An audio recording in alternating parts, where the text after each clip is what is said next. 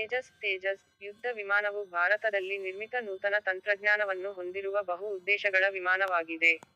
ಇದು ಭಾರತೀಯ ವಾಯುಯಾನದ ಐಎಎಫ್ ಅಗತ್ಯಗಳನ್ನು ಪೂರೈಸುವ ಉದ್ದೇಶದಿಂದ ತಯಾರಿಸಲಾಗುತ್ತದೆ.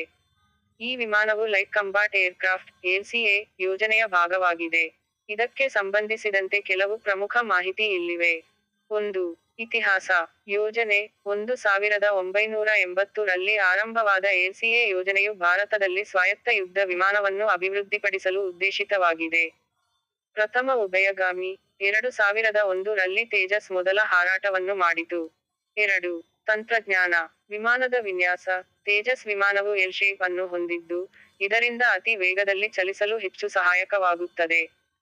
ಚಾಲಕ ನಿರ್ವಹಣೆ. ಫ್ಲೈ ಬೈ ವೈರ್ ತಂತ್ರಜ್ಞಾನವು ಇದರಲ್ಲಿ ಬಳಸಲಾಗಿದೆ, ಇದರಿಂದ ಇದನ್ನು ಸುಲಭವಾಗಿ ನಿರ್ವಹಿಸಬಹುದು. ಎಲ್ಡಿ ವೈಬ್ರೇಷನ್. ಹೆಚ್ಚಿನ ಸಮಾನಾಂತರ ಶಕ್ತಿ ಮತ್ತು ಎಂಜಿನ್ ಸಾಮರ್ಥ್ಯವನ್ನು ಹೊಂದಿರುವ, ಇದು ಹೆಚ್ಚುವರಿ ತೂಕವನ್ನು ಸಹ ಹೆಚ್ಚಿಸುತ್ತದೆ. 3. ಕಾರ್ಯಕ್ಷಮತೆ. ಗತಿಯ ಶಕ್ತಿ. ತೇಜಸ್ ಗತಿ ಸುಮಾರು 1350 ಕಿ.ಮೀ/ಗಂಟೆ ಮ್ಯಾಕ್ 1.4 ಗಡಿಯನ್ನು ತಲುಪಿಸುತ್ತದೆ.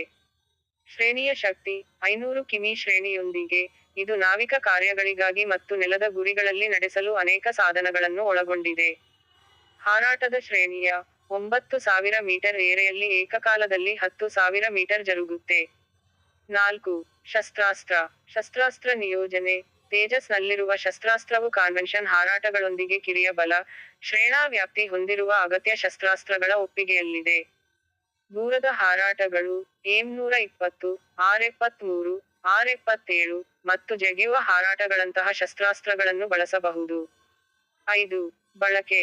ಭದ್ರತಾ ಕಾರ್ಯಗಳು. ಭಾರತೀಯ ಸೇನೆಗೆ ತೇಜಸ್ ಉಪಯೋಗವಾಗುತ್ತದೆ, ಇದು ನಾಶಕ ಕಾರ್ಯಗಳು, ನಾವಿಕ ಕಾರ್ಯಗಳು, ಮತ್ತು ಜಾಗತಿಕ ಶಾಂತಿರಕ್ಷಣೆ ಕಾರ್ಯಗಳಿಗೆ ಸಹಾಯಕವಾಗುತ್ತದೆ. ಭದ್ರತಾ ಏಕೀಕರಣ. ತೇಜಸ್ ಜೆಡಿಕೆ ಐಎಎಫ್ ಸ್ಥಳೀಯವಾಗಿ ಲಭ್ಯವಾಗಿದ್ದು, ಇದು ಭಾರತದ ಜಾಗತಿಕ ಶ್ರೇಣಿಯಲ್ಲಿರುವ ಬಲವನ್ನು ಹೆಚ್ಚಿಸುತ್ತದೆ. 6. ಭವಿಷ್ಯ. ಆಧುನಿಕೀಕರಣ. ತೇಜಸ್ ಅನ್ನು ಮುಂದಿನ ತಲೆಮಾರಿಗೆ ಹೊಂದಿಸಲು ಹಲವಾರು ಅಪ್ಡೇಟ್ಗಳನ್ನು ನೀಡುವ ಯೋಜನೆ ಇದೆ. ಹೊಸ ಶ್ರೇಣಿಯ ವಿಮಾನಗಳು.